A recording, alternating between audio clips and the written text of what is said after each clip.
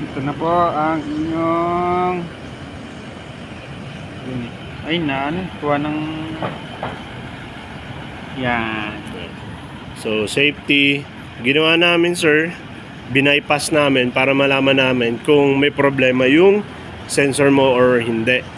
Kasi kung may problema yung sensor mo, umiiwas yan eh. Parang ganun to. So, ngayon, kailangan namin ma-check. Error naman, wala naman siyang error. So, vision system obstacle avoidance disabled kasi nakapatay yung hindi pa nakapatay yung hindi pa mandar yung motor. Pero pag mandar na yung motor, yan, so mawawala naman po yan. So, ito naman siya, normal siya, pero hindi natin alam kung nag-work siya ng maayos. Okay? So, lipat natin.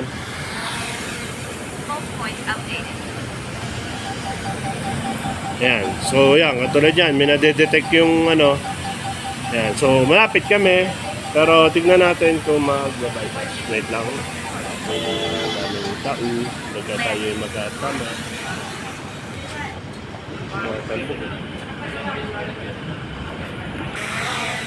Home point updated. Okay po. May problema. Problema po. Nagbabound forward ko yan, hindi parang gumagano. Sige. Home point updated. Ito po.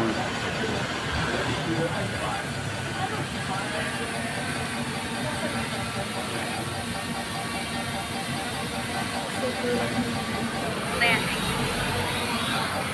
Diyan na sensor. Take off. Off ko muna. Para ba ito? Palapad ko naman. Home point updated. Yan. So pag naka-off siya, sir, maayos yung lipad niya. Mapapansin nyo. Kahit i-forward ko yan, forward siya ng maayos. Yan.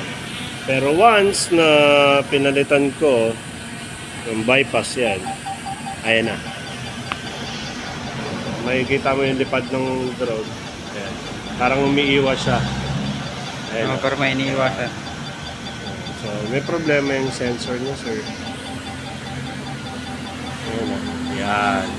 So, pag in-off ko yan, ayan. Ayan. Mapapalipad natin na maayos. Smooth. So, smooth siya.